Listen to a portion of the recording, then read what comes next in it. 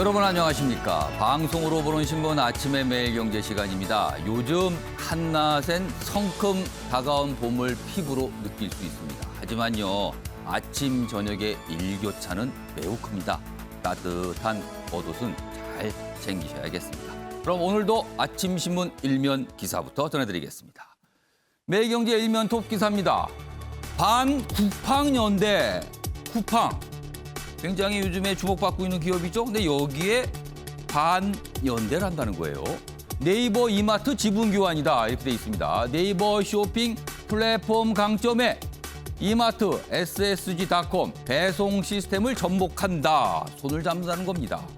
내주에 2,500억 막교환 협약 이렇게 내용이 실려 있습니다. 뭔가 움직임이 있다는 겁니다. 다음은 조선일보 보겠습니다. 신도시 발표 전에 거래된 땅 42%가 지분 쪼개기다. 지분을 의도적으로 뭔가 쪼갰다. 뭔가 이익을 노렸다는 뜻이 될 수 있습니다. 신도시요 교산, 계양, 왕숙입니다. 교산동 100%, 계양, 구련동 57%, 왕숙, 진저 부분 46% 등 투기성으로 의심되는 거래가 있었다는 겁니다. 정부 조사에선 LH 직원 등 최소 10명 더 나와 내일 결과 발표 예정입니다. 이번엔 서울신문 확인해 보겠습니다. 7일 만에야 경찰, LH 본사 등 압수수색 어제 있었습니다. 시민단체의 의혹 폭로 7일 만에 압수수색이다. 시간이 좀 지났다는 거죠. 그래서 뭐 늑장이다 이런 지적이 나오고 있어요. 직원 자택이 포함됐고요. 피의자 13명 출국 금지입니다. 박범계 법무장관, 검찰도 준비. 근데 문재인 대통령은 이런 사태에도 불구하고 신도시 공급 차질 없도록 해야 된다. 이런 또 당부를 했습니다. 마지막으로 동아일보 보겠습니다. 코로나 속에 사교육 양극화 현상이 벌어졌다. 구체적으로 설명이 돼 있죠. 한 사람이 월 평균 사교육비 얼마나 쓰는가를 따져보니까요. 고소득층은 50만 원인데 저소득층은 10만 원이다. 더 벌어졌다는 겁니다. 작년 사교육 이용률 13년 만에 최저. 그러니까 코로나 여파라고 볼 수가 있는데요. 그 속에서 학원, 과외 이런 거 받은 학생 지출은 늘어났다. 1인 월 43만 원 역대 최고를 기록했습니다. 이용률 자체는 낮아졌지만 격차는 더 벌어졌다. 그래서 소득 차이가 교육의 차이로 연결되는 거 아니냐 이런 우려를 낳고 있습니다.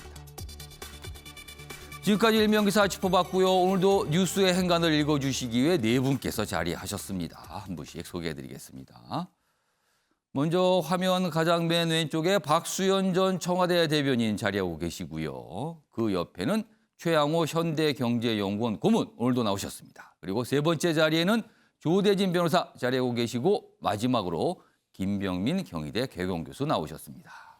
안녕하세요. 반갑습니다.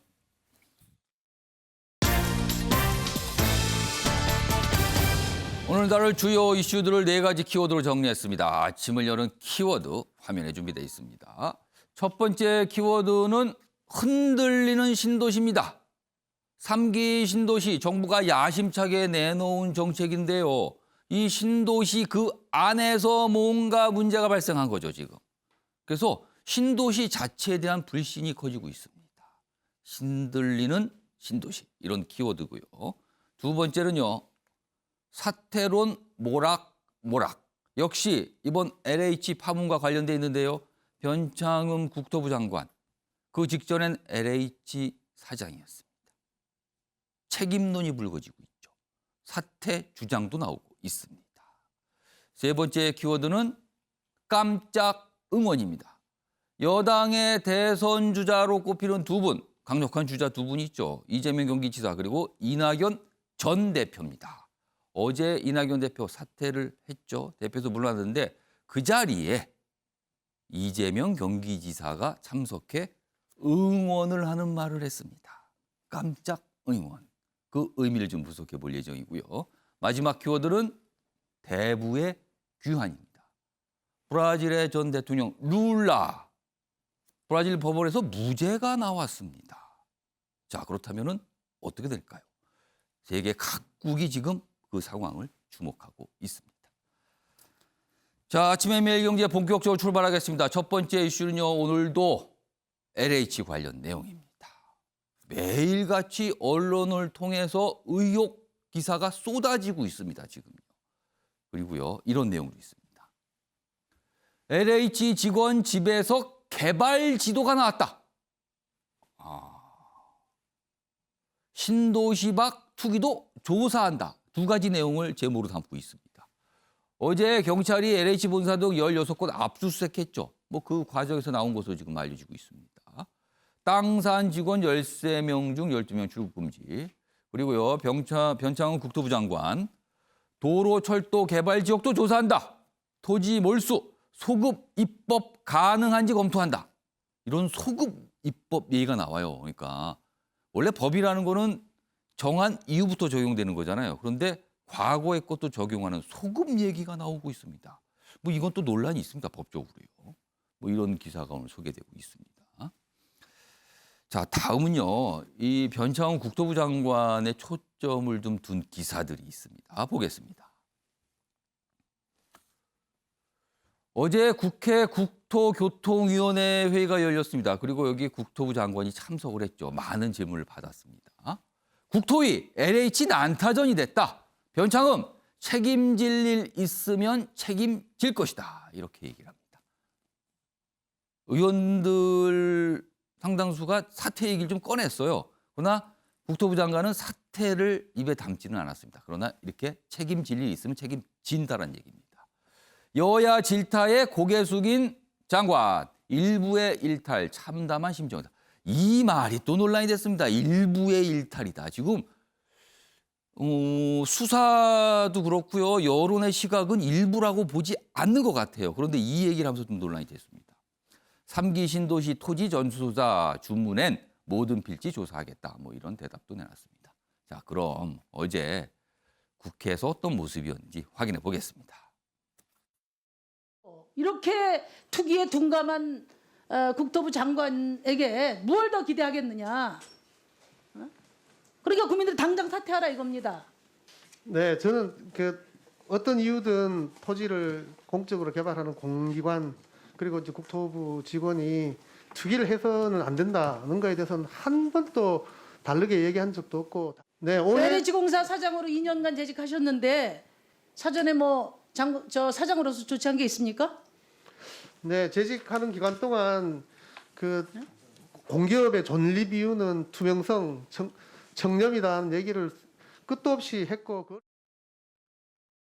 나라의 공적 신뢰를 뒤흔든 반사회적인 범죄일 뿐만 아니라 국가의 공적 정보를 악용한 국가적인 공적 범죄 행위입니다.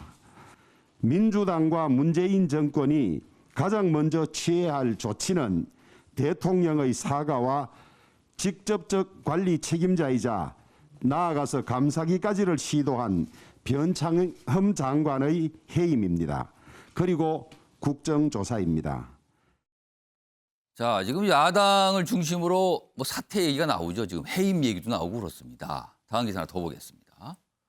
고개 숙인 변창흠 장관. 방금 영상에서 보셨죠. 어제 국토위 회의에서 사과를 거듭했어요. 그리고 여러 가지 설명도 좀 내놓았죠. 다음 제목 보면요. 박수현 LH 투기 책임지고 사퇴해야. 전 청와대 대변인이시고요. 지금 민주홍보위원장. 오늘 또 마침 오늘 패널로 나오셨습니다. 그래서 이 얘기 좀 자세히 좀 질문 좀 드릴게요. 좀 더 기사 보면요. 변창흠 장관의 발언을 소개하고 있습니다. 질타가 이어지자 조사 결과 따라 책임을 지겠다. 이런 얘기도 내놨습니다. 자, 그럼 이 주제 갖고 좀 지금부터 얘기 좀 해보겠습니다. 박수현 전 대변인께서 이 기사에 등장을 하셨어요. 지금 이름이요. 그래서 책임지고 사퇴할 필요가 있다라는 말씀을 했다는 게 여기 소개가 돼 있는데, 자, 사퇴를 해야 된다고 생각을 하시고 계신데, 뭐 지금도 그 생각은 그대로이신지, 그리고 어떤 이유에서 그런 말씀을 하신 건지 좀 설명 좀 해주시죠. 예, 참 청와대의 첫 대변인이고 집권당 소속의 당직자로서 이런 말씀을 드리는 것이 굉장히 마음이 무겁고 그렇습니다. 지금 이 부동산 문제, 주거 문제를 가지고 우리 국민 서민은 얼마나 고통을 많이 받으십니까? 또 문재인 정부의 가장 큰 그 회초리를 들고 계신 것이 바로 이 문제 아니겠습니까? 예. 특히 20, 30대 젊은 청년층은 그 영혼까지 끌어모아서 집을 마련하고자 하는 그런 영끌이라고 하는 신조어가 나올 정도로 그런 심각한 상황이고, 그런데 그렇게 영혼까지 끌어모아서 집을 마련하려고 하는데 이번 사태를 보니까 예. 영혼까지 털렸다라고 하는 영털이라고 하는 신조어까지 등장하는 상황입니다. 영혼까지 털렸다라는 표현이 나옵니까? 그렇습니다. 예. 이런 와중에 대통령과 정부 그리고 예. 여당은 이 문제를 해결하기 위해서 정말 사력을 다하고 있는 이런 와중에 이런 문제가 터졌다는 것이 너무나 안타깝고, 또 이 부동산 문제는 신뢰가 가장 중요하다고 하지 않습니까? 예. 이 문제를 해결하기 위해서 변창흠 장관이 부임하면서 실제로 변창흠표 이사 공급 대책이라고 하는 그야말로 시장에 좋은 시그널도 주고 아마 잘하면 안정이 되겠다라고 하는 이런 와중에 이것이 터졌는데 결과적으로는 이 변창흠표 이 정책이 성공하기 위해서는 그래야 해결이 될 수 있으니까요. 예. 그래서 신뢰가 중요한데 그 정책을 이끌고 나갈 수장에게 신뢰가 문제가 생긴 겁니다. 그러니까 이 정도 상황에서는 그 신뢰를 얻기 어렵게 됐다는 겁니까? 그렇습니다. 그래서 대통령께서 어제도 이 정책의 차질 없는 추진을 강하게 말씀하셨지만 예. 그렇게 대통령 말씀대로 차질 없게 추진에 성공하기 위해서도 예. 이 정책의 책임자인 변창흠 장관에게 신뢰가 생겼다면 예. 이것을 성공하기 위해서라도 변창흠 장관이 사퇴를 해야 된다라고 하는 그런 충정의 발언이었습니다. 이미 신뢰를 잃은 상황이기 때문에 공급 정책을 밀고 나가기가 어렵게 됐다고 보시는 거네요. 그렇습니다. 변창흠 장관이 모처럼 답안지를 잘 작성을 했는데 예. 그것을 잘 제출해서 채점을 점수를 맞아야 되지 않겠습니까? 예. 그런데 지금 답안지는 잘 써놓고 그것을 제출하지 못하게 돼 있는 이런 지경이 안타까운 지경에 있는 것입니다. 그리고 변창흠 장관은 개인적으로 저하고도 뭐 친구 관계인데요. 예. 어쨌든 이런 말씀을 드리는 게 안타깝지만 더 중요한 것은 이사 부동산 대책의 성공을 통해서 우리 국민과 서민의 주거 안정을 이루는 것이 훨씬 더 중요한 문재인 대통령의 성공을 위해서 중요한 요소입니다. 그렇기 때문에 마음이 아프지만 예. 제가 그런 말씀을 좀 과감하게 드린 혹시 것입니다. 최근에 변창흠 장관에게 이런 의견을 좀 전달하셨어요? 아니면 아직 그런 전달은 안 하셨어요? 제가 그런 위치에 있지는 않고요. 예. 아마 당에서 여러 가지 뭐 채널로 이런 이야기들이 있지 않을까 싶기는 한데 예. 장관이 되기 전에 사실은 한 2, 3일 전에 이제 저랑 만나서 여러 가지 부동산에 대한 이야기도 나누고 하는 장관 취임 전에. 그렇습니다. 그럼 청문회를 마친 뒤인가요? 아니, 청문회 하기 전이죠. 청문회 전에. 예, 그렇습니다. 아. 그래서 이런 이야기들을 많이 나누고 한 적이 있었는데 어쨌든 이런 말씀을 드리게 된 입장에서 너무나 마음이 무겁고 안타깝지만 예. 결과적으로 국민을 위한 길에 이런 어떤 다른 것들은 너무 사소한 요소입니다. 예. 그럼 민주당 전체 좀 이 사태와 관련해서 변창흠 장관의 사퇴론 이 주장에 대해서 민주당 전체 좀 분위기 좀 어떻습니까? 아무래도 그 국회의원들 또 지역에서 활동하는 원외위원장들은 예. 국민과 너무 접촉면이 넓기 때문에 이 국민의 실망과 허탈을 넘어선 분노를 너무나 잘 피부로 느끼고 있거든요. 그렇기 때문에 현장의 목소리를 당은 잘 듣고 있다. 뭐 이 정도 생각을 그럼 하고 조금 있습니다. 더 시간이 지난다면은 좀 사태 얘기를 하시는 분이 좀 늘어날 수도 있다고 보세요. 그럼? 저는 그렇게 보고요. 저도 사태를 이야기하면서 당장 오늘 내일 사퇴하라는 것이 아니라 예. 적어도 변창흠 장관이 어제 이야기했듯이 자기가 지금 굉장히 중요한 일을 하고 있다 이런 것 아닙니까? 예. 지금 오늘 사퇴하는 것도 무책임한 겁니다. 그러나 적어도 자체 조사를 통해서 수사기관으로 그런 정보를 이첩할 때까지 최소한 제가 볼 때는 그걸 충실히 해놓고라도 어느 정도 수습은 한 뒤에 물러나야 된다는 그렇습니다. 그것이 말씀이시네요. 큰 책임이죠. 예. 이 내용은 좀 가정이긴 한데요. 지금 사퇴가 필요하다고 말씀하셨잖아요. 근데 당장은 아니지만 어느 정도 수습을 한 뒤에 물러나야 된다고 말씀하셨어요. 근데 만약에 이게 자진 사퇴 형식인데 자진 사퇴를 안 한다면 문재인 대통령이 경질을 해야 된다. 해임을 해야 된다. 이건 어떻게 보세요? 아마 그런 상황까지는 가지 않을 것입니다. 아. 문재인 대통령의 품성이나 인사 스타일을 보면 늘 믿음을 가지셨으니까 장관에 임용한 것이거든요. 예. 그리고 이사 부동산 대책에 대한 또 국민의 기대가 있는 것이 사실이기 때문에 예. 변창흠 장관을 경질하는 그런 스타일보다는 예. 어느 정도 시간이 지나서 할 일을 하고 예. 그리고 나서 자진 사퇴함으로써 대통령의 경질까지 가는 그런 부담을 덜어드리는 것이 맞다라고 보는 것이 제 개인적 견해입니다. 수습 기간 잠깐 얘기하셨는데 혹시요 4.7 재보궐 보궐선거 전에 사퇴가 좀 필요하다고 보세요? 뭐 그거하고는 관계없이 지금 자체 조사에 대한 어떤 그 불신 같은 것들도 많이 있는 상황 아닙니까? 예. 그러나 그 과정은 반드시 저는 필요하다고 보기 때문에 저는 거기가 아마 기준이 되지 않을까 싶습니다. 자체 조사 자체 결과의 조사가 어느 정도 마무리되는 시점. 시점에. 예. 그거하고는 보궐선거는 관계가 없다. 관계없습니다. 그 말씀이시네요. 네. 알겠습니다. 사실은 박수현 전 대표께서 이렇게까지 얘기하시는 거는 사실 쉽지 않은 말씀을 하신 것 같아요. 지금요. 여당 내에서. 그동안 여러 가지 이런 어떤 사안들이 좀 문제가 발생했을 때 여당 내에서 발언에 대해서 굉장히 조심하고 신중한 분위기가 많았거든요. 근데 오늘 박수현 전 대표께서 좀 강하게 말씀을 좀 해주셨습니다. 자, 최하고 님께서는 변창흠 장관 고치 어떻게 보세요? 과거에 이제 이런 합동수사본부가 차려진 게 두 번 있었습니다. 1990년하고 2005년도에 그때도 1차 조사 때는 131명이라는 공직자가 포함이 됐었어요. 예. 그다음에 이제 두 번째는 27명이 갔는데 만약에 지금 LH 직원이 아니고 예. 공직자가 뭐 연루가 됐다든가 정치인이 연루가 됐다든가 이건 일파만파 커지기 때문에 지금 그리고 이것을 조사해야 되는 이 합동본부에 지금 국토교통부가 들어가 있단 말이죠. 그렇죠. 그렇다면은 바로 사퇴하시는 게 맞다고 생각합니다. 그 최하고 님께서는 바로 지금 물러나야 된다고 네, 말씀하시네요. 물러나시고 누군가가 새로운 눈으로 봐서 이걸 가야 되거든요. 지금 박수현 대표님께서 굉장히 중요한 단어를 하나 쓰셨는데 신뢰거든요. 예. 그 문재인 정부의 부동산 정책에 대해서 국민의 신뢰를 근저부터 무너뜨린 부패 범죄라고 뭐 이거는 분명히 이렇게 당했고 이거를 뭐 확신을 갖고서 해야 되는 부분이 있어서 예. 저는 뭐 당장에 사퇴를 하고 예. 수습책을 다른 뭐 어떤 다른 눈에서 시작을 해야 되고 지금 전수조사하는데 예. 전수조사 너무 시간이 많이 걸리지 않습니까? 그렇겠죠. 뭐 등등의 지금 셀프 면제를 받을 수 있는 것까지도 예. 사전에 차단하는 부분들이 나와야 된다고 생각합니다. 자, 김명희 교수께도 네. 뭐 같은 질문, 사퇴론에 대한 생각 그리고 지금 국민의힘 내에서는 국정조사 얘기도 좀 나오지 않습니까? 네, 이건 어떻게 된 겁니까? 국정조사는 지금 현재 여당 입장에서도 국민적인 분노, 현재의 사태의 심각성을 충분히 인지하고 있는 상황이기 때문에 예. 여기에 대해서 여야 합의를 통해서 이것이 비단 3기 신도시 내에서만 일어났던 일인지 정말 성역 없는 조사를 할 수 있는 그러한 합의들이 필요하다는 얘기를 끊임없이 하고 있는 상황이고요. 지금 변창흠 장관에 대한 사퇴 문제가 거론되고 있습니다만 저는 사퇴가 아니라 오늘 즉각적인 해임이 필요하다는 말씀을 꼭 김병희 드립니다. 교수께는 더 강하게 말씀하시네요. 예, 문재인 정부 들어서 장관 인사에 대해서 여러 가지 문제가 있더라도 이를 전격적으로 해임하지 않는 모습들을 보였는데 박수현 전 대변인께서 얘기를 했던 것처럼 문재인 대통령의 인사 스타일을 항상 언급을 합니다. 예. 근데 지난날의 과거에서 교훈을 좀 찾을 필요가 있는데 박근혜 정부 시절에 해수부 장관을 했던 윤진숙 장관을 기억할 겁니다. 예. 그 당시 윤진숙 장관의 각종 언행과 행동 등으로 인해서 구설수에 올랐고 그 당시도 야당 의원들의 질타는 쏟아졌지만 예. 여당 의원들까지 박수현 전 청와대 대변인이 이렇게 사퇴를 요구하는 것처럼 여당 의원들이 국회에 나와서 윤진숙 장관에 대한 해임을 요구합니다.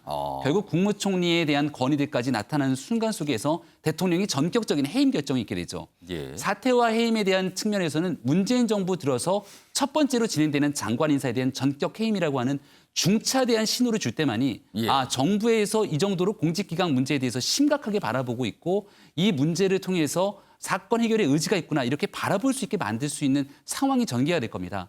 다만 정권 차원에서는 큰 부담일 수밖에 없는 게 이 문제를 아마도 LH 직원의 개인적인 일탈 문제로 정리가 되는 게 정권에선 가장 좀 편안한 문제겠습니다만 이게 지금 현재 상황에서 개인적인 일탈로 끝날 수 있는 것이 아니라 이미 그 내용에 대한 관리 부실에 대한 총체적인 책임 그리고 오늘자로는 현재 더불어민주당 정치인의 가족까지도 그 해당 인근 토지에 투자했던 부분들까지 드러나고 있는 상황이라 예. 현재 상황에서 단정짓지 않고 모든 것들을 정권이 책임지고 문제를 해결하겠다는 의지를 보여야 되기 때문에 예. 여기에 대해서 일단 변창흠 장관에 대한 즉각적인 경질, 해임이 필요하다는 말씀드립니다. 세 분 말씀 들었는데 강도가 점점 세지고 있어요, 지금요. 설명들 이렇게 해주셨습니다. 자, 지금 변창흠 장관 뭐 사퇴론 주장, 뭐 정치권 중심으로 지금 거론이 되고 있죠. 이와 함께 신도시 자체에 대한 얘기도 좀 꽤 나오고 있습니다. 다음 기사 보겠습니다. 투기 의혹에 3기 신도시가 흔들린다. 그렇습니다. 특히 이제 광명 시흥 얘기죠. 여당 홍익표 정책위 의장입니다. 어제 언론 인터뷰를 통해서 지성 취소가 가능하지 않을까 뭐 이런 취지의 얘기를 합니다. 이게 논란이 됐어요. 그러자 그 얘기가 나온 뒤에 청와대가 좀 진화를 했습니다. 차질 없이 공급한다. 그냥 그대로 간다는 거죠. 그리고 또 입장을 조금 개인적인 의견이다. 약간 이렇게 수습하는 얘기도 좀 나왔습니다.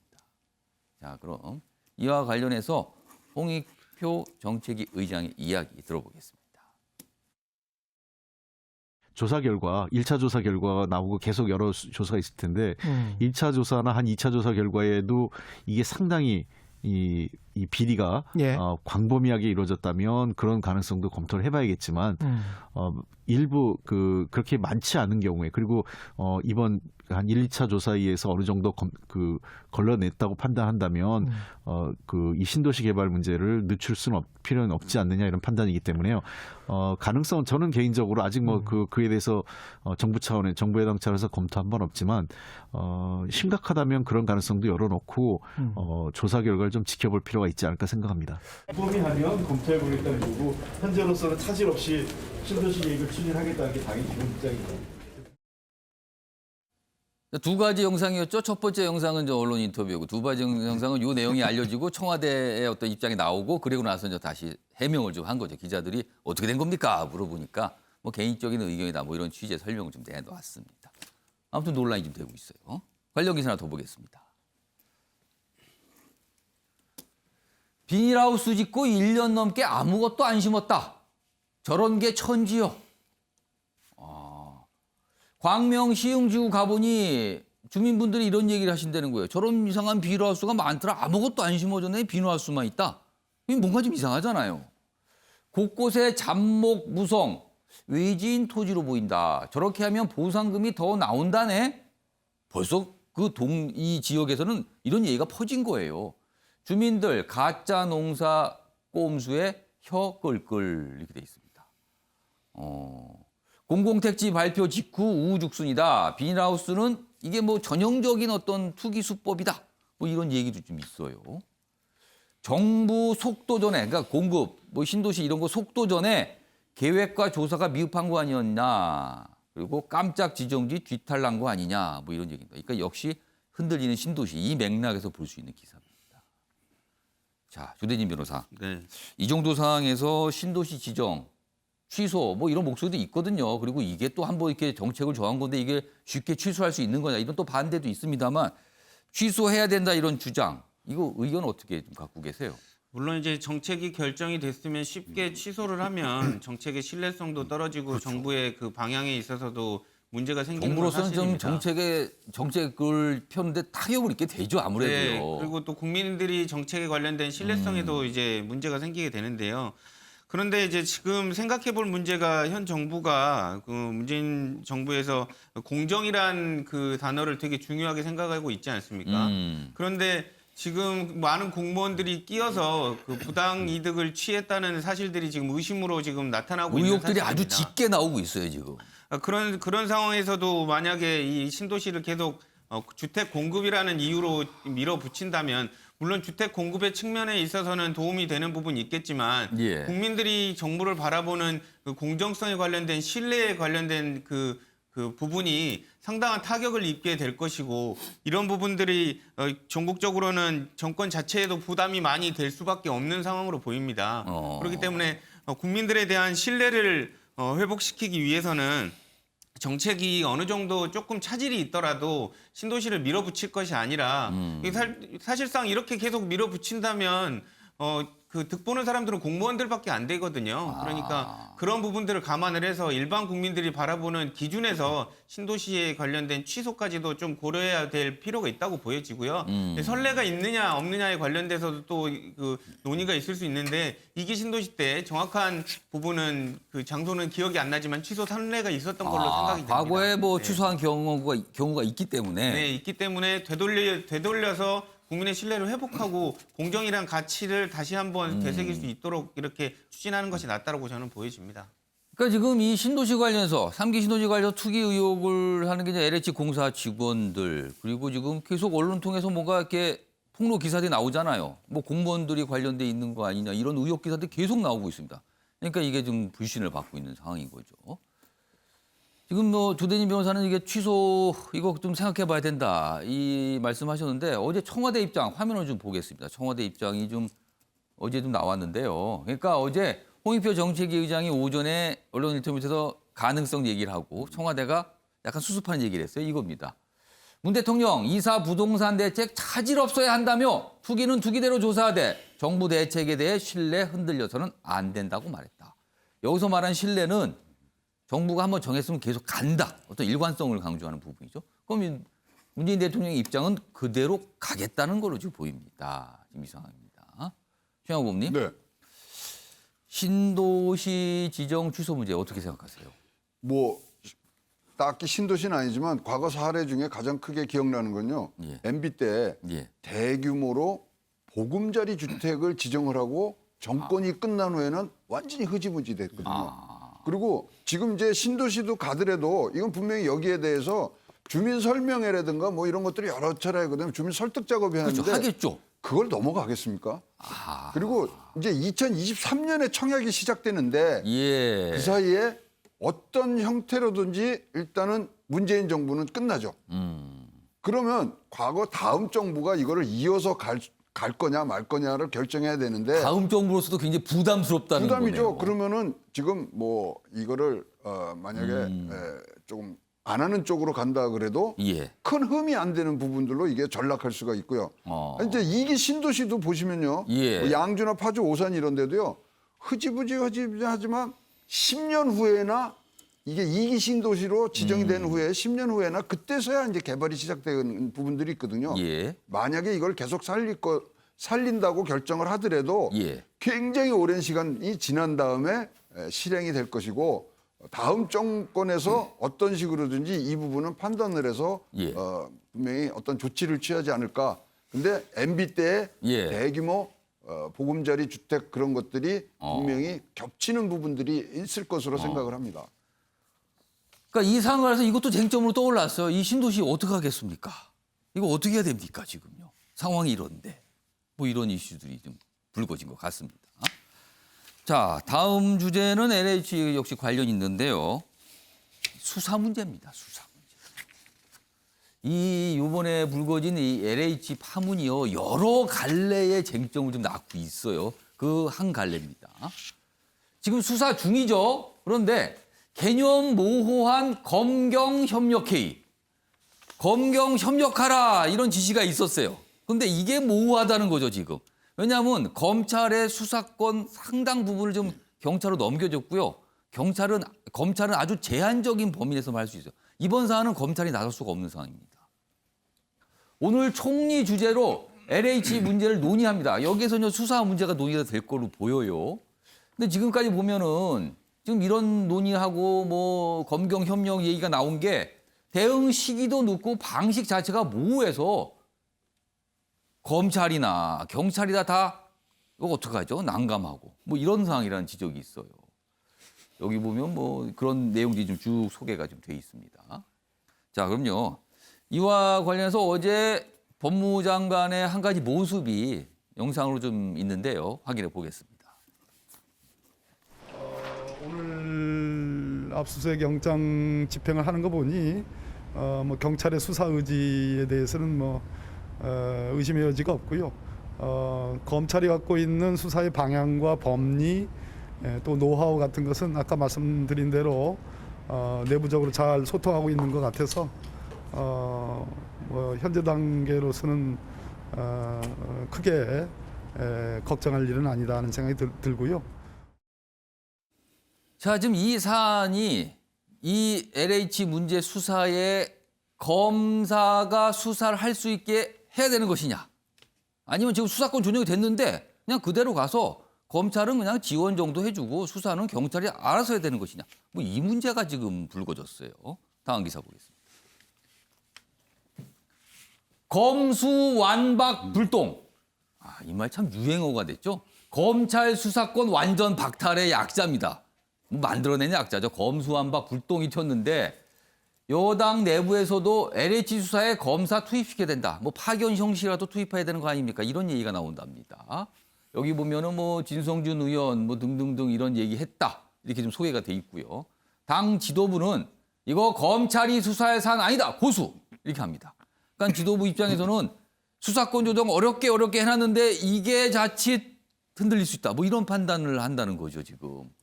자, 국민의힘 의도적으로 검찰 힘 빼려는 것이다. 이 정도 사안도 지금 검찰 투입, 검찰 수사를 못하게 하는 거는 이거 문제가 있습니다. 또 야당은 이렇게 반발하고 있습니다.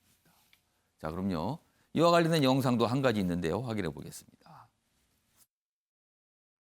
검경 수사권 조정으로 인해서 경찰로 수사권이 넘어가가지고 검찰이 수사를 할 수 없다는 것 아닙니까? 그런데 대통령께서는 검찰이라고 해서 수사에 참여하지 말라는 게 아니다. 함께 준비하고 함께 해야 된다고 얘기하고 있잖아요. 그러니 합수단에 검사 인력을 파견받아가지고 이 전문적인 검사 인력들이 수사에 동참하도록 할 필요가 있다고 하는 거고 그 점을 장관께서 국무총리께 건의하시라 이런 말씀이에요.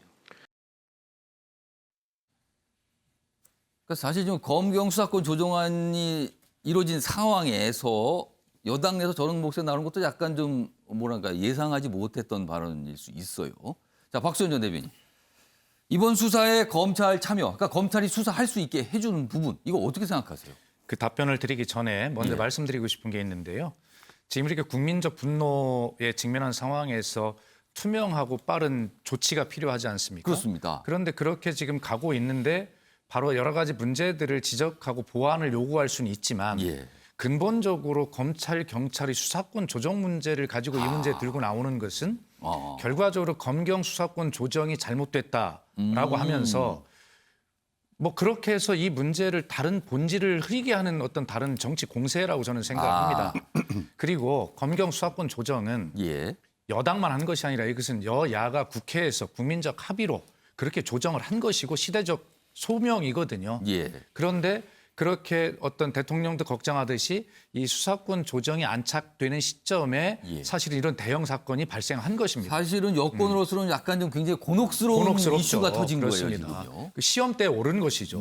그런데 그런 시험대에 올랐을 때는 시험을 잘 보는 것이 중요하지 그것이 시험대에 오르지도 않고 가서 이럴 거냐 저럴 거냐라고 논란을 하는 것은 본질이 아니다라는 말씀을 드리고 또 하나는 검찰 수사권이 왜 그렇게 뛰어날 거라고 전제를 하죠? 그리고 경찰 수사권은 왜 약할 거라고 전제를 합니까? 그러니까 검찰의 수사 얘기를 하는 전제는 검찰은 이 수사를 잘할 것이고 경찰은 좀 부족할 수 있다. 이런 전제가 깔린 것 같아요. 그렇습니다. 뭐 그런 것이 있는 것이죠. 그래서 적어도 본질을 잊지 말자라고 하는 전제하에 뭐 이런 토론 충분히 가능하다. 이것이 본질은 아니다 이런 말씀 드리고 아까 질문하신 데 대해서 저는 그러니까 이번 사안을 좁혀서 이번 건에 대해서 검찰을 뭐 파견 형식으로 수사를 할 수 있게 해야 되는 거 아니냐. 이 부분은 어떻게 그렇습니다. 그래서 대통령께서도 검찰과 경찰의 유기적 협조, 긴밀한 협의 이런 걸 여러 차례 강조를 했거든요.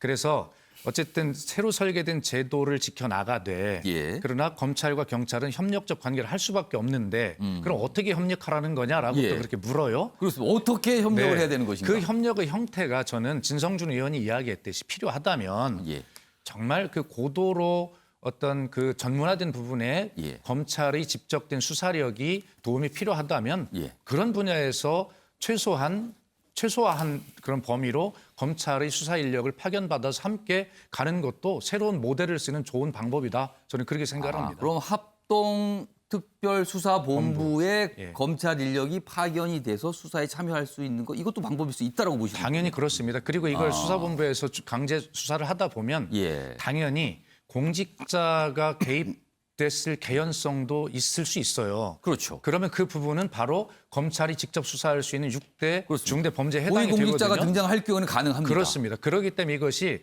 딱 구분돼 있는 것이 아니라 연결돼 있을 가능성이 있기 때문에 검찰도 제한된 범위에서 파견받아서 이 수사 연속성에 함께 참여하고 그렇게 됐을 때 중대범죄로 이어졌을 때 수사 연속성이 또 보장될 수 있는 길이기도 하죠.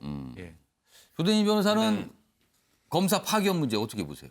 실무에 있으면 뭐 아까 박수현 대변인께서도 말씀을 해주셨지만 뭐 경찰이 꼭 못하라는 법 있냐라고 얘기를 하는데 실무에 있으면 이게 뭐 어떻게 경찰이 좀 서운할 수도 있겠지만 수사 능력은 검찰이 좀 뛰어난 건 사실입니다. 조대인 변호사 또 법조이시니까 현장에서 약간 뭐 경험하신 바가 있는 것 같아요. 부분이 있어서 물론 검경 수사권 조정은 당연히 필요합니다. 근데 하지만 현실적으로 봤을 때 현재까지는 검찰의 수사 능력이 있기 때문에 이런 부분들을 이용해야 되는 부분은 맞고요. 지금 협력이라는 협력체가 구성이 돼 있지만 지금 검찰의 마음은 이렇습니다. 사실상 너네들 얼마나 잘하는지 보자 이렇게 좀 지켜보는 거 검찰은 있거든요. 특히 속으로 그렇게 생각할 수도 있다. 근데 그거에 대해서 또 경찰이 또 보복되고 있습니다. 그 얘가 또 지금 엊그저께 압수수색이 일주일 만에 이루어졌거든요. 예. 그러니까 그 압수수색도 타이밍을 어떻게 보면 놓친 거라고 보여지기 영장 청구가 때문에. 지난 5일 됐다는데 발부는 며칠, 한 사흘 정도 지나서 나왔어요. 네, 또. 그런 부분들을 봤을 때 검찰이 협력을 하고 있지만 우리한테 수사권을 가져갔으니 당신네들 얼마나 잘하는지 한번 봅시다라고 이렇게 좀 방관하고 비법은 안 알려주고 있는 것 같아요. 그러니까 물론 검경 수사권의 조정이 필요는 하지만 초기에 지금 중요한 사건이 터졌기 때문에 파견 형태라든지 이런 부분들 경찰이 이런 역량을 갖추기 전까지는 어느 정도 이런 노하우를 좀 배울 필요는 있다라는 생각을 저는 하고 있습니다. 파견이 필요하다고 보시는 거네요. 파견이 필요하고요. 예. 그런 스킬들에 있어서는 좀 많이 필요하고 이런 좀 실무에 있어서 보면 예전 예. 같은 경우에 있어서는 검찰이 뭐 그러니까 처음에 이제 기소를 할 때 경찰이 뭐 항고를 하게 되면 예. 잘 안 받아들여줬는데 지금은 적극적으로 재기 수사하라고 이렇게 또 내려주는 경우들도 있거든요. 신경전이 좀 있습니다. 그러니까 그런 부분들을 봤을 때 어쨌든 조금 검찰을 참여하는 게 좀 좋을 것 같습니다. 저는. 자, 김병현 교수 그리고 최양 고문도 요 같은 질문 드릴게요. 이 파견 네. 문제 어떻게 보세요? 일단 국민들 보시기에 가장 답답한 건 고양이한테 생선을 맡겨서야 되겠는가라고 하는 근본적인 물음일 겁니다. 지금 앞서 우리가 봤던 수사 전체에 대한 조직도의 가장 핵심의 우선은 정부가 주관하는 거 아닙니까? 예. 정부가 조사도 하고 수사도 하라고 하는 이 기본적인 맥락 속에서 예. 의구심을 갖고 이것이 과연 맞는 것인가에 대한 고민들을 갖고 있는 겁니다. 예. 현재까지 드러난 바에 따르면 아직 고위 공직 등에 대한 범죄가 나타나지 않았기 때문에 검찰의 수사 상황이 아니다라고 주장하고 있는데요. 이 문제 LH, 대한민국 공기업에서 발생된 문제 아닙니까? 그리고 그렇다면 이게 범죄로 규정되기 위해서 가장 근본적인 국민의 궁금증은 가지고 있는 내부 자료를 가지고서는 결국 불법적인 투기를 했다는 것이고 이게 조직적으로 일어났는데 이를 무단으로 처리하는 것보다는 오히려 방치하거나 방기한 책임들이 있지 않는가. 결국 공직사회의 상황으로 이 수사들은 올라갈 수밖에 없는 내용들입니다. 그렇다면 이 내용들을 정부가 수사의 대상이 될 수 있는 사람들이 수사를 진두지휘하는 현재 상황에 대해서 국민들이 믿을 수 없다는 이야기를 끄집어내고 있는 것이고 결국 검찰이 가지고 있는 수사 역량 속에서 정권의 어떤 눈치도 보지 않는 성역 없는 수사가 필요하다는 것이 현재 주어지고 있는 내용이죠. 예. 여권 일각에서도 초창기에 나왔던 반응들과 하루하루 시간이 지나면 지날수록 국민 여론들이 굉장히 안 좋아지기 때문에 예. 그때 가서 슬그머니 검찰의 이야기를 끄집어내고 있는데요. 대형 산불이 발생하게 되는데 여기에 대해서 가장 불을 잘 끌 수 있는 사람들이 너도나도 모여서 불을 꺼야 되는데 예. 지금 이거를 관할구역 따지면서 불을 꺼야 되네 말아야 되네라고 얘기를 하고 있으면 그 사이 전부 모든 것들이 다 전손되고 난 다음에 그 책임은 누가 지게 되는가? 결국 모든 책임은 정부의 책임으로 다가올 수밖에 없습니다. 최양 고문님. 그런데 여당 지도부는 여기 뭐 기사에 소개됐지만 검찰에 참여하는 것에 대해서 검찰이 이제 수사를 하는 것에 대해서 약간 부정적인 것 같아요. 이거 어떻게 해야 될까요? 지금 여당과 정부에서는 그분들조차도 영끌을 하셔야죠. 이번 수사는 영끌 수사를 해야 예, 된다. 그럼 지금 갖고 있는 그 재원을 다 써야죠. 그래갖고 국민들의 지금 이거 신뢰가 깨진 부분이면 예. 이쪽에서도 내가 진짜 뭐 진인사를 해야 되거든요. 그 부분을 보여주려면 검찰이 들어가서 수사를 하고 돕고 그런 협력 체제 그거조차 조정을 못한다면 그건 진짜 신뢰가 없는 거고요. 이게 평소 같았으면 그냥 당연히 검찰도 하고 뭐 이렇게 수사하고 협력하고 이런 거였는데 지금 이게 수사권 조정이란 이슈가 있는 상태에서 불거진 문제에서 이런 내용이 나오는 거예요 지금. 근데 이거는 예. 대통령께서 너무 잘 아시는 주제라고 생각을 해요. 왜냐하면 2005년대에 그 합동수사본부가 생길 때 예. 당시에 대통령께서 두 번째 민정수석하실 때 이 합동수사본부 진두지휘는 아니지만 민정수석으로서 과정들을 다 지켜보셨거든요. 예. 어떻게 해야 되는지 잘 압니다. 그렇기 때문에 더욱더 지금 검찰이 들어가서 일단 결과를 내죠. 지금 무슨 흰지, 백지, 뭐 흑지 이거 지금 뭐 고양이 이거 따질 게 아니지 않습니까? 일단 결과를 내놔야 되는 부분들이니까 예. 검찰을 빠른 시일 내에 지금 예. 뭐 어쨌든 간에 이제 이 투기에 대한 그 관계자 회의에 이제 뭐 검찰총장 대리가 참석하기 시작은 했습니다만은 예. 노하우 있는 거 다 써먹어야죠. 뭐 흰지 뭐 검은지 했는데 흰지 검은지가 아니라 흰 고양이 검은 고양이 말씀하신 거였죠? 뭐 쥐도 잡고 고양이도 잡고 그래야죠. 그러니까 지금 뭐 이것저것 따일 때가 아니다. 역량이 있다라면 수사를 지금 다 참여해서 해야 된다. 지금 이런 말씀들을 해주셨어요. 자, LH 관련된 내용은 이 정도로 마무리해 보겠습니다. 길게 이어봤습니다.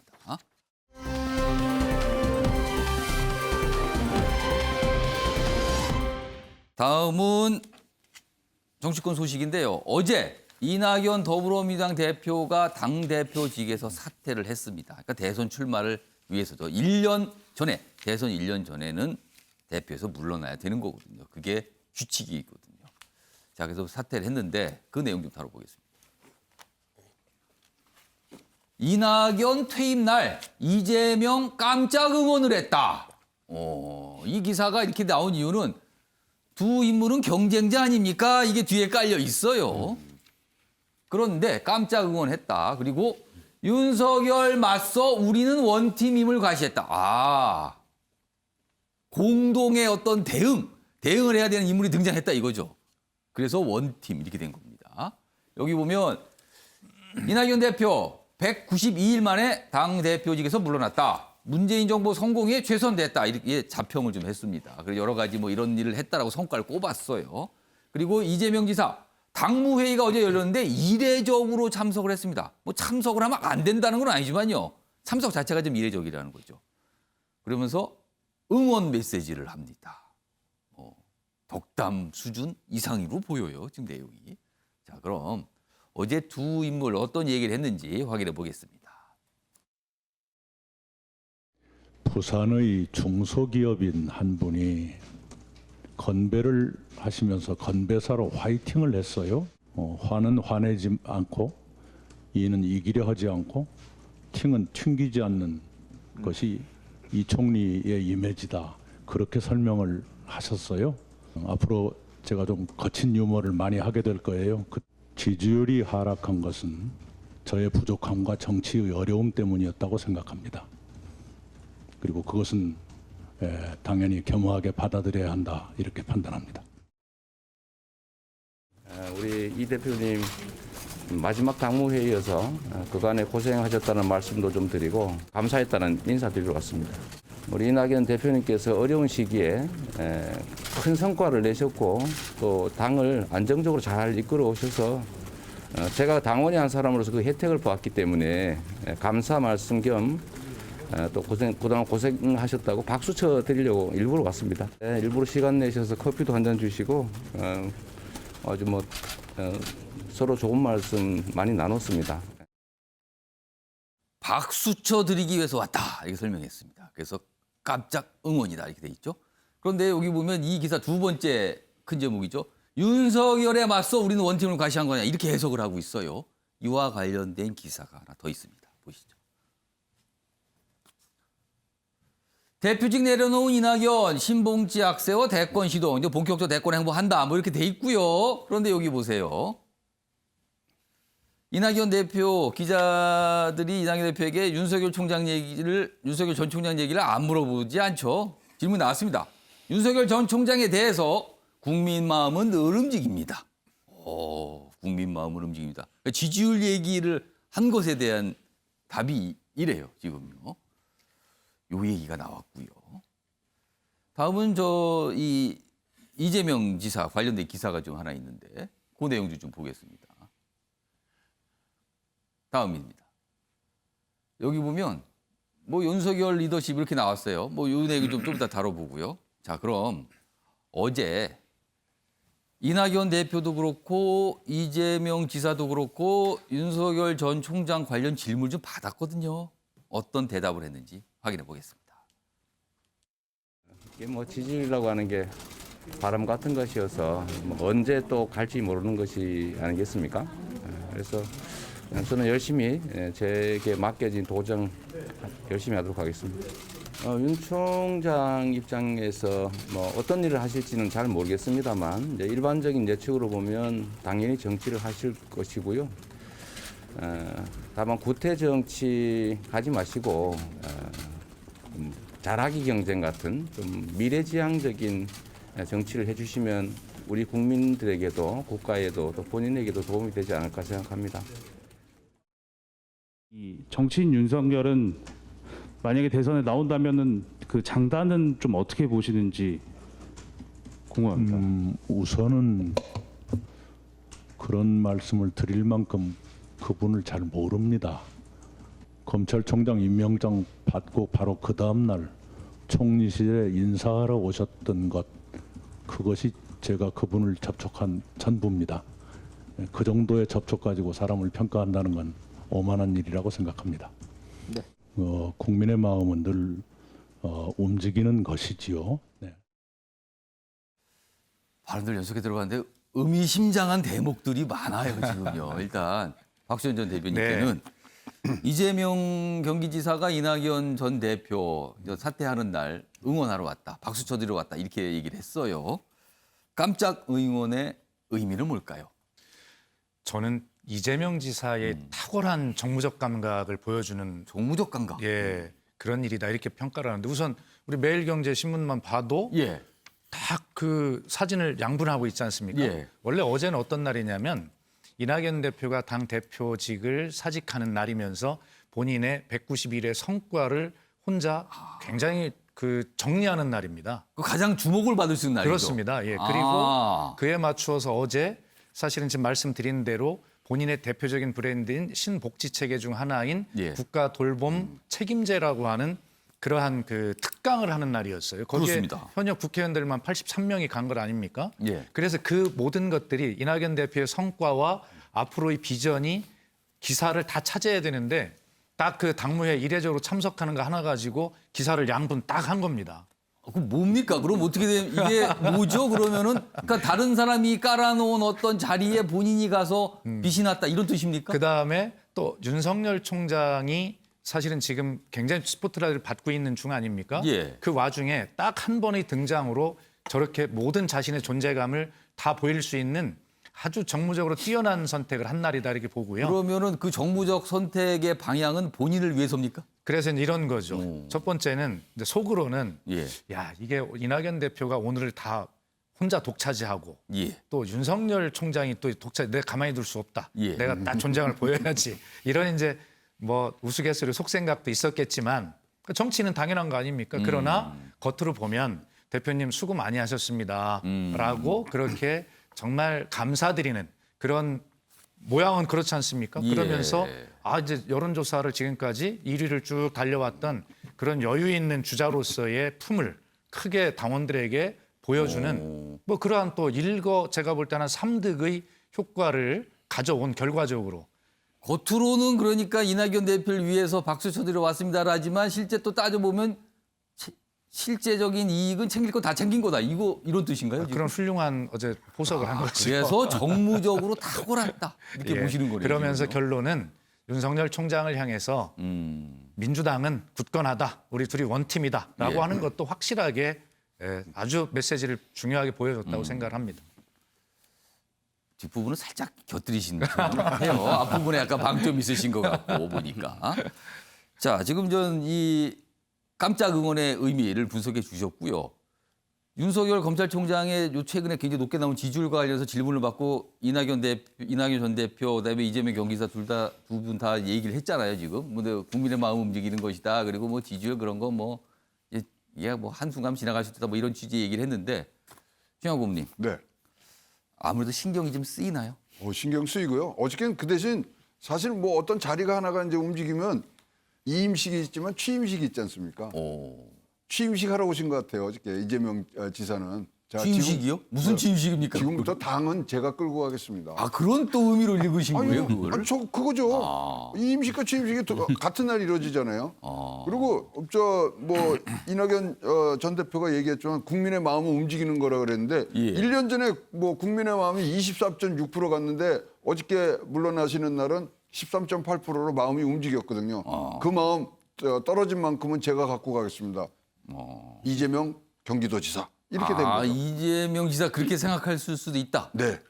뭐 지금 그러니까 그 부분이 정무적을 떠나서 지금 뭐 나야 나 그다음에 기본 뭐 이런 대책들이 많이 나오고 있는데 이제 그게 많이 지금 묻혔잖아요. 부동산, 윤석열 뭐 등등 여러 가지. 그다음에 특히 서울시장과 부산시장 선거가 끝날 때까지 이재명 지사가 언론에 노출될 수 있는 기회가 한 번도 없습니다.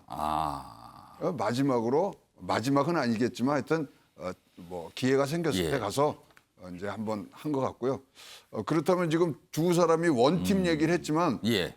지금 윤석열 전 검찰총장에 대한 지금 뭐 당혹감 또는 거기에 대해서 이제 어떤 식으로 전개될 거에 대해서 예. 우리가 이제 같이 손을 잡고 뭘 해봐야 되지 않겠습니까? 뭐 이런 것들이 어저께 이제 오고 갔고요. 윤석열 총장은 이제 앞으로 예. 선거가 이후까지는 윤석열 총장도 이제 언론상에는 안 올라오실 거 아닙니까? 그 사이에가 지금 준비하는 기간이거든요. 그것이 이제 앞으로 벌어질 상황인 것 같습니다. 그러고 보니까 오늘 언론들이 다 사진을 이런 식으로 썼어요. 2장을 각각. 그러네요, 지금 보니까. 그래서 그런 뭔가 정무적 판단 뭐 이런 거다 이렇게 좀 해석이 됩니다. 자, 조대진 변호사. 네.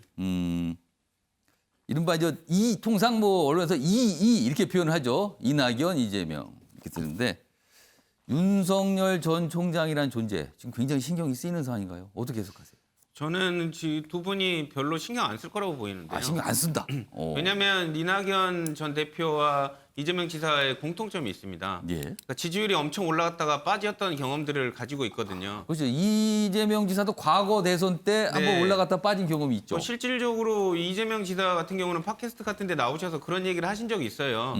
본인의 지지율이 고공으로 왔을 때 진짜 뭐 대통령이 될 줄 알았다 뭐 이런 식으로 우스갯소리도 하신 적이 있었는데 이렇게 빠진 걸로 봐서 또 이제 돌려서 얘기를 하신 거죠. 국민의 마음은 바람 같다. 그리고 지지율이 이게 온전히 계속 가지 않는다. 우리가 한번 경험해 봤다 우리는 이미. 네, 맥주 거품 같은 거다. 물론 윤석열 전 총장에게 별의 시간이 온 건 맞습니다. 별의 시간이 온 거는 맞지만 별은 또 지기 마련이거든요. 그러니까 별이 지는 시점을 생각해봐야 된다라는 그 암시적인 내용으로 별로 두려워하지 않을 것 같다는 생각이 듭니다. 아, 별 신경 안 쓴다. 그냥 어제 질문이 나오니까 그냥 답했을 뿐이다. 그리고 이미 다 경험해 봤다. 지지율이 어떤 건지. 네. 그렇게 또 해석을 하시네요, 지금요. 자, 뭐 윤석열 전 총장 나온 김에 오늘 기사도 있습니다. 하나 보겠습니다. 윤석열 리더십은 의리소신. 뭐 이런 게 바탕이다. 리더십의 바탕이 의리다, 의리. 총장 때 측근 챙기기 과했다. 약간 좀 지적을 하는 얘기네요. 여기 보시면 정치인 윤석열, 이것도 지금 아직은 규정이 명확하게 안 돼 있죠. 과연 정치인 윤석열 맞나 아닌가입니다. 이걸 놓고 엇갈린 평가인데 고시생 때도 선후배 상가 3일을 지켰다. 아, 우리 고시생이면 좀 공부할 시간이 필요하니까 이렇게까지는 안 하는데 그리고 사시 구수 배경 의리로 꼽혀 소통 강점. 그러니까 뭔가 이렇게 챙기냐고 공부할 시간이 부족했다 뭐 이런 뜻이 되네요. 구수의 배경은. 측근 윤대진 친형 수뢰 사건 관련 청문회 뭐 여러 가지 그때 좀 발언이 논란이 됐다 이런 게 소개가 됐고요. 이런 걸 보면은 이게 의리를 너무 치중하는 거 아니냐. 이게 한계점 아니냐. 정치 핵심인 이해 조종력 검증 필요하다. 이거 의리 앞세우는 거 아니냐. 뭐 이런 겁니다 지금. 장점이자 한계가 될 수 있다. 뭐 이런 평가예요. 김병희 교수께서는 어떻게 보세요? 이 평가 지금. 네, 사람 간의 관계에 대해서 윤석열 총장에 대한 이 인물 평가들을 쭉 하고 있는 상황으로 보입니다. 네. 이제 어제자로 내년도에 있는 대통령 선거가 꼭 1년 남았기 때문에 앞으로 펼쳐지게 될 대선 주자들에 대한 뉴스들이 계속 쏟아지게 될 것인데요. 네. 일단 지금 중앙일보 기사 보고 있는 상황처럼 윤석열 총장 단 한 명 아직 대선 출마 의지를 피력하지도 않았는데 전체를 가지고 쓰고 있습니다. 그렇습니다. 조금 전에 이낙연 대표 1년을 채우지 못한 상태였지만 집권 여당의 당대표를 퇴임하는데 그 옆에 이재명 지사가 와서 정무적인 판단으로 왔다고 하지만 끼어서 한 토막 나오고 한 토막 옆에 이낙연 대표가 나왔던 비중들을 보게 된다면 그만큼 내년도 대통령 선거를 두고 윤석열 총장에 대한 관심이 이 정도로 뜨거울 수밖에 없다는 부분들은 좀 인정하고 넘어가야 되지 않을까 싶고요. 예. 지금 인간적인 부분들을 강조하고 있는 내용은 윤석열 총장에 대한 평가가 한 번도 정치를 해보지 않았던 공직생활 27년의 검사 윤석열이 여의도 정치판에 전혀 다른 생리의 공간에 들어와서 과연 성공할 수 있겠는가에 대한 근본적인 물음이거든요. 근데 윤석열 총장이 과거 반기문 전 유엔 총장이나 고건 총리와는 다른 길을 걸을 거다라고 얘기하고 있는 결정적인 이유는 그가 걸어왔던 행보 자체가 기본적인 공직자의 문법이랑은 상당히 다르다는 겁니다. 이 기사가 소개하고 있는 것도 조문을 가서 본인 덩치가 크니까 조문을 굉장히 자주 가고 때로는 상여를 들기도 하고 본인이 사실을 붙는 과정에서 구술을 하게 되는데 그럴 때도 인간 간의 관계를 중시해서 모든 자신이 참여할 수 있는 것들을 끊임없이 참여했다는 것이거든요. 고시 공부를 할 때도 주변에 있는 후배들이 찾아와서 물어보곤 하면 그들한테 뭔가 얘기를 하면서 본인의 실질적인 이 당락에도 늦춰졌다는 건데 뭔가 나의 이해관계 속에서 내 이득을 챙기려고 했던 모습보다는 아무래도 사람과의 관계를 중시하는 모습이 특히 조문 같은 경우는 조문 정치로 일관되고 있는 내용들이 정치권에서는 굉장히 평상적으로 통용되는 부분이기도 합니다. 그래서 아마 윤 총장이 이제 직접적으로 정치를 하겠다고 뛰어들어서 사람 간의 관계를 끌어당기기 시작한다면 과거에 있었던 저희와는 달리 또 다른 형식으로 새로운 발전적 모습들을 비춰지지 않겠나 하는 전망들이 나오는 상황입니다. 김병희 교수께서는 새로운 리더십일 수 있다라고 보시는 거네요. 예, 네. 부대진 변호사. 저는 저렇게 기사가 나온 게 의리를 지키는 윤석열 총장의 그 부분이 강조되는 게 상당히 마이너스라고 보는데요. 국가는 의리로 운영하는 게 아니거든요. 만약에 의리로 운영을 한 거였다면 옆에 계신 최영호 교수님이 아마 제일 대통령 잘하실 겁니다. 의리 최양호 의원입니까? 그건 또. 그러니까 예. 왜냐하면 만약 그 고시 공부를 할 때 예. 본인이 구수까지 의리를 지키느라 못했다는 거는 본인이 할 일을 정에 이끌려서 밀어놨다는 얘기가 되거든요. 그러니까 그런 부분을 봤을 때 정에 이끌려서 사람을 챙기는 게 국가를 위한 리더십하고는 관계가 없다. 예. 오히려 마이너스일 수 있다라는 생각이 듭니다. 뭐 아직은 모릅니다. 어떤 모습인지. 그러나 좀 분석들을 하고 있는 거죠. 지금까지 나타났던 모습들, 전에 오는 이야기들을 통해서 분석을 한 모습이 이렇게 기사로 좀 다뤄지고 있습니다.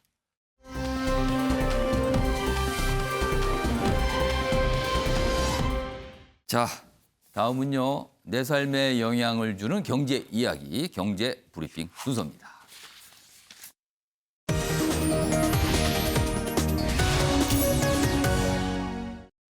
브리핑 주제는 물가 얘기입니다. 물가. 기사 좀 보겠습니다. 밥 먹고 살기도 버겁네요. 통상 이런 얘기 좀 자주 하시죠? 뭐 힘들다 생활이. 근데 여기서 밥은요, 진짜 밥이에요. 진짜 밥을 먹고 살기가 버겁네요. 왜냐하면은 요즘에 물가, 특히 식료품 물가가 엄청나게 오르고 있답니다. 여기 좀 보실까요? 이 아래쪽 그래프 좀 가겠습니다. 식재료 가격이 1년 새 얼마나 올랐는지 그래프가 보여주는데요. 파는요, 82%. 요즘 한 달에 10,000원까지 가고 있습니다. 육박하고 있어요. 양파 44%, 사과 38%, 쌀도 12%, 감자 24%, 닭고기 11%다 올랐습니다. 그러니까 진짜 밥 먹고 살기 힘들어졌다는 거죠. 내용 좀 보겠습니다. 여기 보면 이 현대경제연구원 작년 가계소비 분석 그 결과를 지금 기사를 싣고 있는데 여기서요. 이런 내용이 제목에 실려 있죠. 엔겔계수가 나옵니다. 엔겔계수. 엔겔계수가 20년 만에 최고다. 엔겔계수요? 이게 좀 아시는 분도 있고 이게 뭐지 하시는 분도 있을 것 같아서 저희가 다음 화면으로 준비했습니다. 보시죠. 지식 배달 코너입니다. 뭔가 좀 어려운 걸 쉽게 설명하는 거죠. 지금 보면 여기 보면 20년 만에 최고로 오른 엔겔계수. 그러니까 여기 보면 2000년부터 비교가 돼 있잖아요. 그래프로. 2000년에 엔겔계수라는 게 있는데 13% 좀 넘었어요. 그러다 낮아집니다. 계속. 그런데 2015년에 11.4에서 작년은 12.5로 다시 높아졌어요. 낮아지다 높아졌습니다. 이게 무슨 의미일까? 엔겔계수가 뭔지 여기 설명되어 있습니다. 가계 소비 중에서 식료품비가 차지하는 비율 이렇게 돼 있는데요. 좀 어렵군요. 최양호 고문님. 설명 좀 해주세요. 뭔지. 숨 쉬는 비용입니다. 숨 쉬는 비용이요? 네. 그러니까 예. 뭐 일단은 우리가 생활을 유지하기 위해서는 뭐 일단 잡수셔야 되니까 예. 식료품이고요. 거기에 비주류 음료 지출까지 이제 합해진 것이 엔겔 계수고요. 엔겔이라는 학자가 만들어서 엔겔 계수라고. 그러니까 돼 있는데요. 우리가 가계가 전체 생활 유지하기 위해서 지출하는 지출액에서 먹는 데 쓰는 거죠. 비용의 비율을 말하는 거군요. 그럼 이제 역으로 생각을 하면 뭐냐면요. 엔겔 계수가 소득이 올라가면 올라갈수록 낮아집니다. 그럼 왜 그러죠? 삶의 질에 대해서 다른 거에 더 많이 쓰기 때문에 그렇죠. 그 돈을 많이 벌게 되면 아무래도 먹는 값은 그냥 정해져 그렇죠. 있고 정해져 있죠. 다른 데 더 많이 쓴다는 거죠. 그래서 숨 쉬는 비용이라 그러는 거죠. 근데 하루에 5끼 먹는 건 아니지 않습니까? 근데 작년에는 올랐어요. 그러면 두 가지가 생각이 나는 거죠. 소비를 줄였거나 아니면 소득이 줄었거나. 그럴 수 있네요. 뭐 이제 그러니까 소득이 줄으면은 뭐 일정적으로 나가는 거기 때문에 엔겔 개수가 이제 늘어나는 부분들이 있고요. 그런 부분들이 있는데 지금 아까 표도 보셨지만, 아이고 이거 뭐 장바구니 물가가 어마무시하게 지금 오르고 있거든요. 그러다 보니까 그 물가가 올라간 부분. 근데 결국은 지금 소비 지출도 지금 굉장히 줄었지만 소득이 그거에 비해서 더 지금 줄고 있는 부분들이 있기 때문에 엔겔 개수는 숨 쉬는 비용, 숨은 쉬셔야 되잖아요. 그러니까 올라갈 수밖에 없고 이 부분들은 이제 소위 말하는 이 거리두기라든가 이런 예. 환경들이 바뀌면서 보복적 이연 수요가 이제 일어나는 과정에서 결국 즉 경기 회복 과정에서는 분명히 다시 좋아질 수밖에 없는 상황이에요. 올해는 그럼 다시 낮아질 것 같다라고 보시는 거네요. 일시적인 현상으로 보이지만 지금 여기서 나오는 우리가 캐치해야 되는 부분들은 예. 소득과 소비가 같이 주는데 소득이 조금 더 많이 줄고 있고 그러다 보니까 4차 재난지원금 저는 굉장히 그 시의적으로 정확한 시간에 잘 나오고 있다 이렇게 보여집니다. 여기 보면 그 아랫부분에 이 기사 맨 아랫부분 여기 좀 잡아주세요. 그러니까 소득은 제자리 또는 내려가는 상황에 줄어든 상황에서 물가가 식료품 물가가 뛰니까 당연히 엔겔 계수가 높아질 수밖에 없다. 그러니까 힘들다. 뭔가 삶이 힘들었다는 걸 보여주는 거죠. 그러니까 다른데 먹는 데 쓰는 돈 말고 다른 데 소비하는 게 많이 줄었다는 의미도 됩니다. 그러니까 상황이 좀 안 좋아졌다는 지표로 볼 수 있습니다. 아까 팥값 보셨죠? 거의 2배가 올랐어요. 1년 사이에. 식당 가서 파 더 달라고 하면 안 될 것 같아요.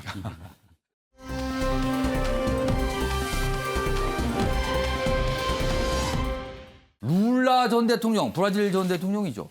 자유의 몸이 된 룰라, 브라질 대선에 핵으로 떠올랐다. 핵으로 떠올랐다. 내용 아랫부분에 있습니다. 브라질 대법원, 연방 대법원이요. 술의 혐의로 실형 선고된 거 모두 무효다. 그러면은 내년 대선 재출마길이 열린답니다. 브라질 좌파의 아버지로 불리는 룰라. 여론조사 지지율 단숨에 50%가 나왔답니다. 수감 상태였어요. 그러나 이제 풀려나게 되는 거죠.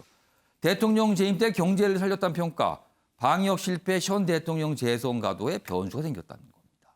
기사 하나 더 보겠습니다. 좌파 대부 룰라의 귀환, 중남미 정치 지형 태풍의 눈으로 떠올랐다. 이렇게 되어 있습니다. 박수현 전 대변인. 네. 왜 태풍의 눈이라는 평가를 받는 거예요? 지금 이 상황이요? 지금 오늘 우리 이 프로에서 예. 이 기사를 택한 이유가 있을 겁니다. 지금 예. 우리의 모습도 이렇게 한번 돌아볼 관련성이 있기 때문에 그렇거든요. 그렇습니까? 예, 우선 간단히 소개를 하면 우리 룰라 전 브라질 대통령은 초등학교를 졸업하지 못한 철강 노동자 출신이고요. 그렇죠. 구두닦이 출신입니다. 예. 그런 분이 대통령이 되었어요. 그래서 2003년에 대통령이 되어서 노동당, 집권 노동당이 집권을 했고 좌파가 이제 국가를 경영하게 되었죠. 그래서 2010년까지 대통령을 했는데 그때 물러날 때 이분이 지지율이 무려 87%였습니다. 엄청난 화제를 그렇습니다. 낳았죠. 예. 그래서 이제 그 후임 대통령에게 후계자에게는 물려주고 있었는데 갑자기 2014년에 이 브라질에 어마어마한 부패 스캔들이 일어납니다. 대형 건설업체를 둘러싼 부패 스캔들이 건설 관련 일어나는데 부패. 그렇습니다. 예. 거기에 이 룰라 전 대통령도 해변에 아파트 한 채 그리고 현금 9억 원을 받았다, 수뢰했다라고 한 뇌물 혐의와 수뢰 혐의를 받은 그렇습니다. 거네요. 돈 세탁 혐의까지 받게 되어서 이 사건으로 결국에는 그 후임 대통령은 2016년에 탄핵이 되고 그다음에 이 룰라 전 대통령도 2017년에 무려 징역 12년형을 선고를 받게 되고 수감이 되는 거죠. 그렇습니다. 수감이 되어서 지금 말씀하신 대법원의 판결이 나서 형 집행 정지가 될 때까지 예. 한 1년 반 정도를 수감 상태였어요. 그런데 중요한 건 뭐냐면 왜 이렇게 형 집행 정지가 됐냐면 브라질의 한 언론이 예. 이 룰라 대통령을 기소해서 수감시키는데 검사와 판사가 이게 어떤 공모한 혐의가 있다. 예. 뭔가 관계가 있었다. 그렇습니다. 그래서 그걸 폭로를 한 거예요. 그래서 형 집행 정지가 된 것이고 대법원의 판결이 났는데 아직 최종 확정은 아니고 더 판결이 남아 있지만 예. 그래서 이제 결과적으로 사법 살인을 당했다. 이런 것이 나온 것이거든요.